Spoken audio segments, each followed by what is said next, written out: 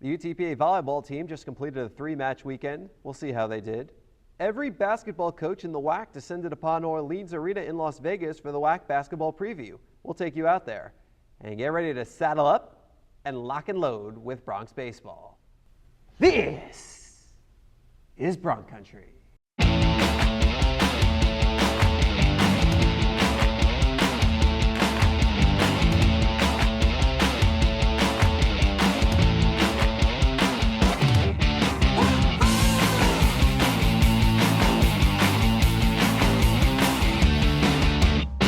Welcome to Bronc Country. I'm Jonah Goldberg. The University of Texas Pan American volleyball team finished up a 4-match road swing and then at long last came back home. Let's get right to the action. Bronx visited Utah Valley last Thursday and the first set was all Wolverines. Corinne Acuff, with her second career start, picks up the early kill to bring the Bronx within 2-1, but the Wolverines go on to take the set 25-8. On to the second set, tied at 2. Alicia Watson serves up an ace. Bronx take their first lead of the match. After a Wolverines point ties it up, Haley Durham. Bronx up 4-3. A little later on, Bronx down 10-9, and we're back to Watson. Set tied at 10. Bronx now down 14-12, and Durham gets the Bronx back within 1, but the Wolverines take the set 25-17. Third set, Bronx down 4-3, and Watson ties it up at 4. Then, with the Bronx down 7-6, Nicole Masaki ties it at 7. Wolverines get the next 2, but Acuff comes up with a kill to bring the Bronx back within 1. Move ahead, Bronx down 13-11, and Watson's at it again. Makes it a 1-point set. The Bronx got within 1 once more at 16-15 on this Nikisha Wilden service error, but the Wolverines win the set 25-19 to complete the sweep. Watson and Durham tied for the team lead with 6 kills. Durham also with 3 blocks. Krysta Freitas was next with 5 kills, while Acuff had 3, Casey Sanchez had 3, and Misaki had 2. 48 hours later, the Bronx made their first trip to Bakersfield in 5 years, and the results not in their favor. This match was closer than the scores may indicate, as there were 11 lead changes and 21 ties. Freitas had a big match for the Bronx, tying for the match high with 13 kills and 4 aces. Bronx came home on Monday to face Grand Canyon for Bronx Against Breast Cancer, benefiting the Renaissance Cancer Foundation. We pick it up first set. Krysta Freitas with the kill, ties it up at 1. And then in the second set, Freitas and Maria Clifo combine on a block, but those are the only times the Bronx didn't trail in the first 2 sets. So, down 0-2, we go to the third set where things are a bit different. Haley Durham's kill makes it 21-14 Bronx. Move ahead, it's 23-15. Nicole Masaki serving up an ace. Gives the Bronx set point. And then Britta Forsyth into the net. Bronx take the set and pull within 2-1.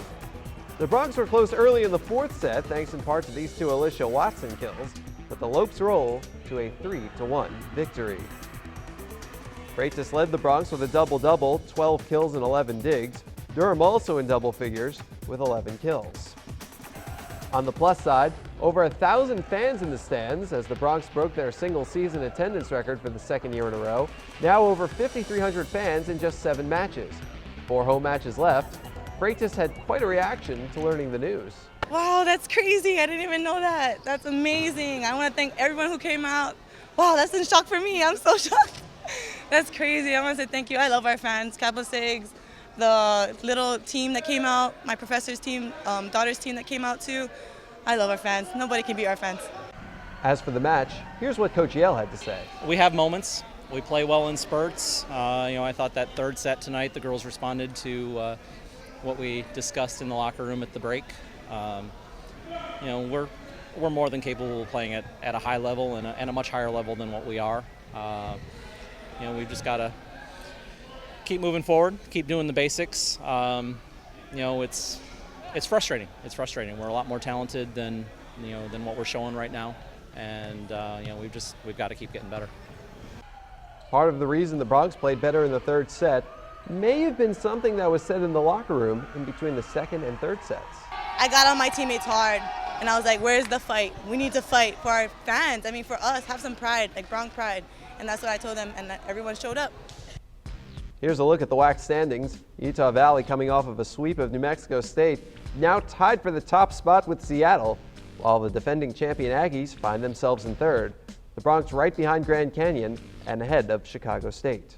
And although this wasn't the Bronx best week, let's not lose sight of the fact that the Bronx are in the midst of their best season in 6 years. A big reason for that success? Nicole Masaki, Krysta Freitas, and Haley Durham, all of whom make up the Bronx Hawaiian Punch. Romeo Villarreal has more. 3,761 miles. That's the distance from Honolulu to Edinburg. The Bronx volleyball team currently has 3 active players from Hawaii. Although they are very far away from home, it has not stopped them from making themselves right at home here in the Valley. I think the weather has a big factor in that, and knowing how the culture is here, it's very relaxed and laid back. It's almost like home. I would say probably the weather for me, because it's not cold and it's kind of closer to how it is at home, like the chillness and stuff like that. The girls love the Valley for its subtropical climate and similarities to their homeland, but Coach Yale loves the players for their experience that they bring to the team. Hawaiians themselves are great ball control players. They really work on that side of the game. Yes, we do have some hitters, and one's a setter, but they play the game a lot, and so their touches on the ball are usually pretty clean. They play in the sand, so it gives them kind of a well-rounded game, and so they can bring a lot to the team. Like I said, we've got a variety of positions, but they all kind of bring that same experience and that mentality of, we've just played the game a lot. One of the players who Coach Yale recruited from Hawaii is middle blocker Haley Durham. Well, we play club, and clubs go to the mainland to play in big tournaments. So they saw me in one of the big tournaments, and he sent me a letter, and then we just talked, and from there on.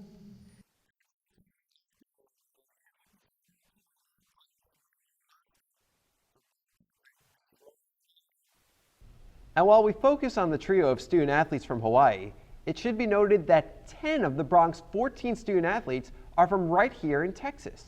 We'll have that story for you next week. The countdown to tip-off now stands at 14 days on the UTPA Bronx Instagram account. And you know what that means?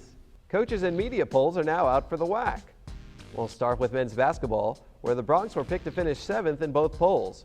Bronx head coach Dan Hipsher talked about that at WAC Media Day last week.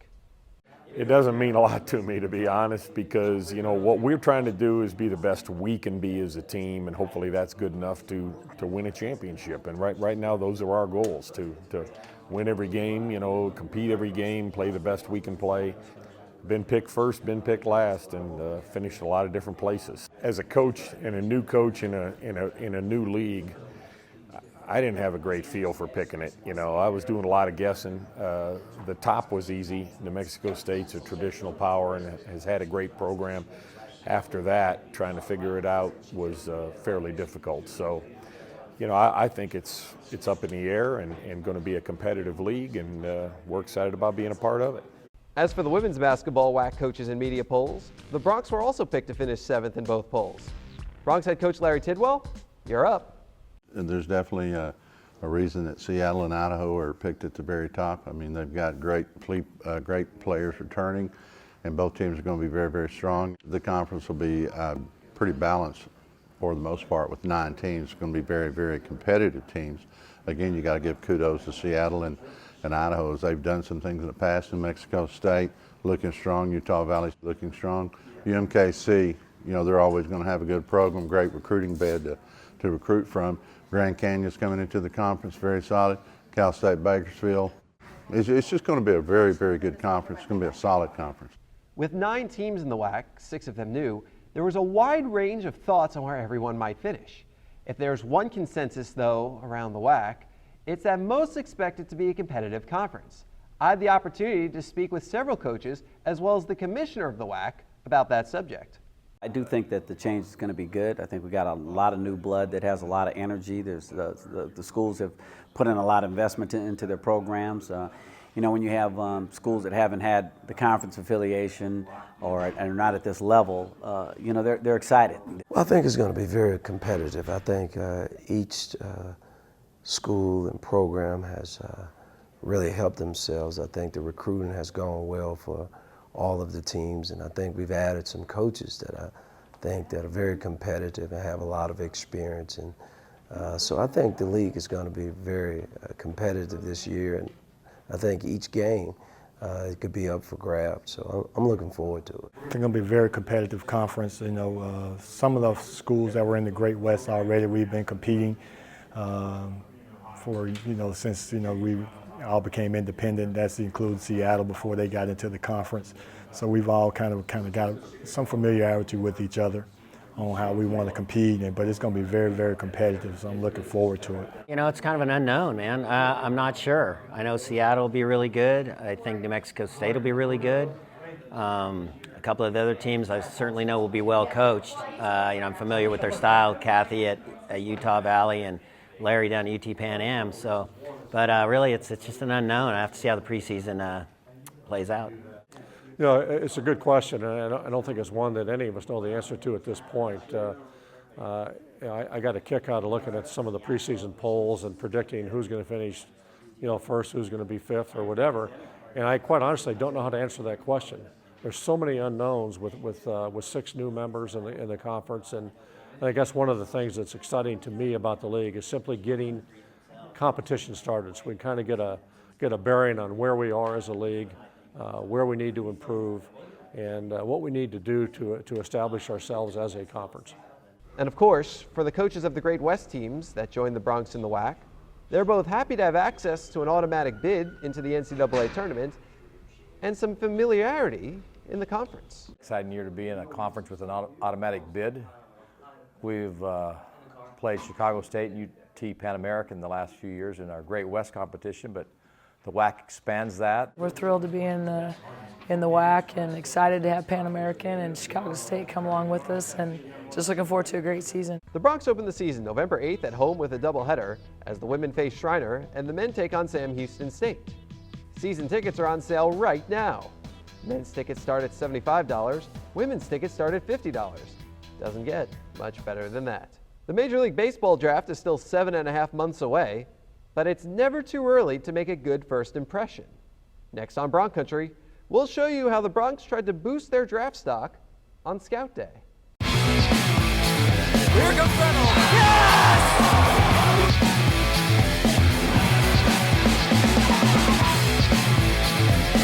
Torrey wide open three.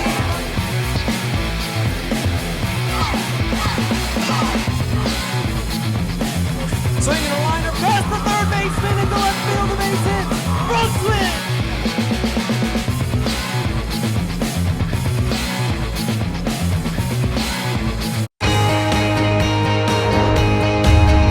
Brave and bold, silver and gold.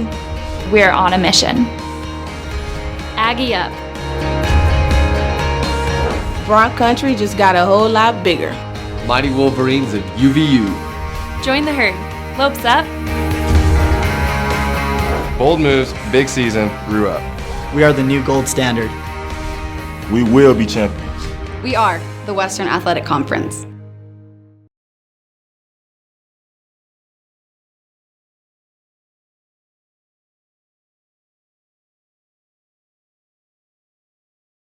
When Broncs baseball head coach Manny Mantrana held UTPA's first Scout Day in 2008, there was only one scout in attendance. Flash forward to 2013, and a record 22 Major League Scouts descended upon Edinburg Baseball Stadium to learn about the UTPA baseball team.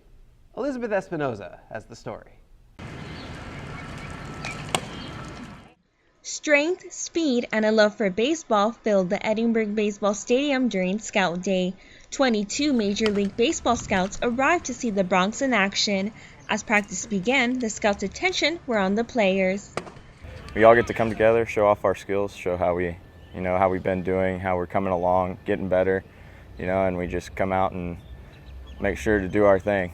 Just going to practice every day, giving it everything you have, and like I said, whatever happens, happens. Scout Day began with workouts, fielding drills, and the players showcased their arms in the inner and outer field. Pitchers then threw to batters in the day's intra-squad game. The Broncs took this opportunity as another practice to prepare themselves for the upcoming season. We go out here, give it 100% every day, so really just another practice and just let them see what we're capable of. There's no pressure really on this team. We're just coming together like a family, and we just work hard and we know our hard work will just, the results will come just by working hard every day. Even though their individual skills were the focus of the day, teamwork was on the mind of these student athletes. Really right now we're just focusing on the season, so if we get drafted or we get looked at, that's just a plus, but right now our focus is on the season and getting prepared. For Bronc Country, I'm Elizabeth Espinosa. Now you might remember last year at Scout Day, the Broncs showed up with shaved heads in support of Nolan Naranjo, a 5-year-old who had lost all of his hair while undergoing chemotherapy for MDS. Nolan is the little boy the Broncs held that bone marrow drive for last year. Broncs women's basketball head coach Larry Tidwell, then at Lamar, heard about the effort and knew he wanted to work with Coach Mantrana on a similar event this year. Last year I was the state spokesperson for Division I basketball, women's basketball, for Be the Match Registry, and followed it very closely and heard about Manny. And then when I came down here and took the job, he's one of the very first one I met, and it's the first one I talked to, and I knew that we wanted to do a drive together because Manny's program, the way he approaches things on and off the field, is first class, and that's what we want to do with our program here at UTPA. The Broncs will hold the bone marrow drive on the UTPA campus on November 19th. We'll have more information as we get closer. If you can't wait and want to donate now, log on to bethematch.org for more information. Speaking of community engagement, UTPA women's tennis was up early for South Texas Community Tennis Association Play Day in Los Encinos Park in McAllen, where they had the opportunity to work with a number of kids ages 10 and under, many of whom had never played tennis before. This event is really good. It helps kids come out and play tennis, have fun, just promote tennis in the community in general. Laying down some fundamental skills like ball control and basic strokes, so they were getting a feel of hitting the ball and practicing what it's like to hit the ball over the net. Holding these types of play days is a relatively new concept. In fact, it's the first one that the South Texas Tennis Association has held in McAllen. And for the Broncs, it's their chance to give back to the community. I enjoyed it when I was little, so I'm pretty sure the kids enjoy it just as much, and they have something to look forward to. Having my teammates here is always a plus. We enjoy doing community service events just like this, giving back. It's good for the university, and it's just having fun. It was actually a lot of fun. It really takes you back to those days when you're out on court and you're starting off. So it's great to see that they're all out here. They're trying something new. It's good exercise. They're enjoying it. They're in fresh air. So it was a good time. It's been great fun working with the UTPA tennis team, and it's nice for the community to get exposed to the level of the university students, and the coaches have been very accommodative. To be able to be out here and to know that I'm making a difference for a lot of these kids, and I'm helping them to get better and inspiring them, it's such a great feeling. The Broncs managed to be in 2 places at once on Saturday, as 4 student athletes were completing competition at the ITA Regionals in their first event of the fall season. The Broncs are back in action Saturday at Texas State Play Day. Men's tennis also at the ITA Regionals. This was their final event of the fall, as the Broncs get the next few months off before opening the dual season in January. Men's golf in action as well this week at the Pine Tree Intercollegiate over at Kennesaw State in Georgia. 1 fall tournament left for the Broncs as they visit McNeese State next week. It was a busy week for UTPA baseball. First, Scout Day, and then a skeet shoot. Coming up on Bronc Country, we saddle up and lock and load with the Broncs.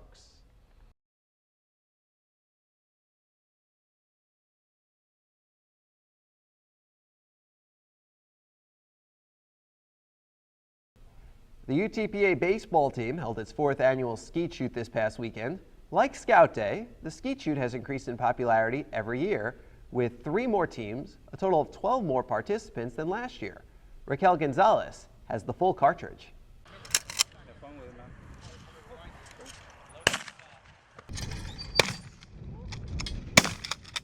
That is the sound of $1 more going to raise funds for the UTPA baseball team. I'm glad that the athletic program is strong. The baseball program has always been something I've liked to enjoy. I've been to some of the games. I went to quite a few of the games last year, and so I think that Hidalgo County should support Bronc baseball, absolutely, and events like this. Even those who were not able to donate money, they still found ways to help the baseball team at the skeet shoot. We need to give them all the support that they need to run the the club, and of course it takes a lot of money to run a club like we have right now. It's a wonderful college and university, and we have a very good team, and I'm very proud of them. People from all over gathered up their rounds and headed to the range for the 4th annual Pool for Bronc Skeet Shoot. All money raised at the event will go towards scholarships and any expenses for the UTPA baseball team. We're lucky that we have such people in the community that really care about our baseball program and our athletic department. It's a great chance for our team to be together with our sponsors and the community support, so it feels very, very good. The players appreciated all the support and feel the community plays a big role in making their season a reality. I think it's great. I think it's something that the Valley does well down here. I think when people need something, we all come together for things like this, and then there's no better way to do it than being out here having fun. While the baseball season is quite a bit away, Coach Mantrana and the team are already working hard to fire up the community for the upcoming season of Bronc baseball. For Bronc Country, I am Raquel Gonzalez. Miss the skeet shoot and want to support UTPA baseball or any of the other teams? Donate to the Bronc Athletic Fund today. You can become a member of the BAF for just $50 a year. All of the money raised goes directly to student-athlete scholarships, so visit BroncAthleticFund.com today to see how you can make a meaningful impact on the lives of student-athletes. Here comes Reynolds. Yes!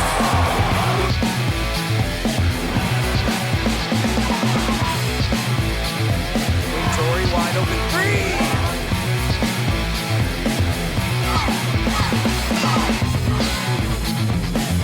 Swinging a liner past the third baseman into left field, the base hit. Broncs win.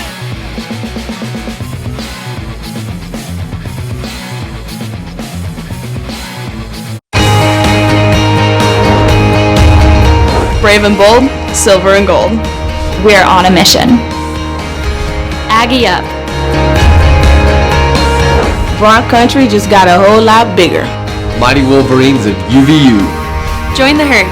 Lopes up. Bold moves, big season, grew up. We are the new gold standard. We will be champions. We are the Western Athletic Conference.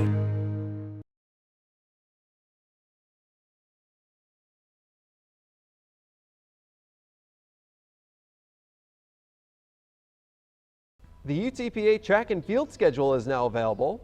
At least 4 meets on the indoor schedule starting January 17th and 12 on the outdoor schedule starting March 15th. The Broncs will hold their annual green and white alumni meet on December 6th at 4 p.m. at the UTPA track. Admission is complimentary and it's their only home meet of the season, so we hope to see you there. Here's what's coming up this week for the Broncs. We're 14 days from tip-off, which means it's time for everyone to get their first look at the Broncs basketball teams. It's Bronc Madness. The event starts at 5 p.m. with a tailgate in the UTPA Fieldhouse parking lot, followed by the lighting of the UTPA letters at 8:30, and then open practice and dance competitions at 9. Volleyball kicks off another road trip as they go through the conference the second time, while women's tennis and men's golf are also on the road. We want to thank you for stamping your passport in Bronc Country this week. Schedule another visit for next week. But until then,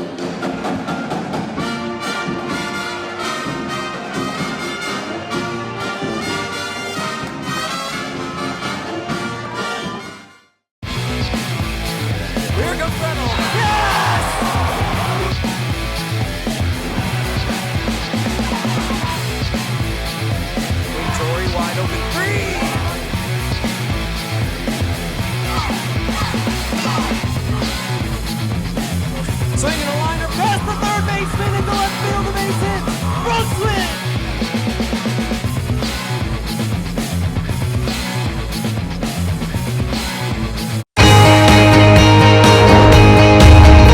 Brave and bold, silver and gold.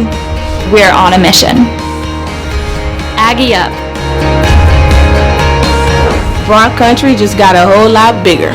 Mighty Wolverines of UVU. Join the herd. Lopes up.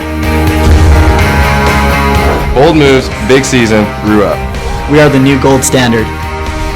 We will be champions. We are the Western Athletic Conference.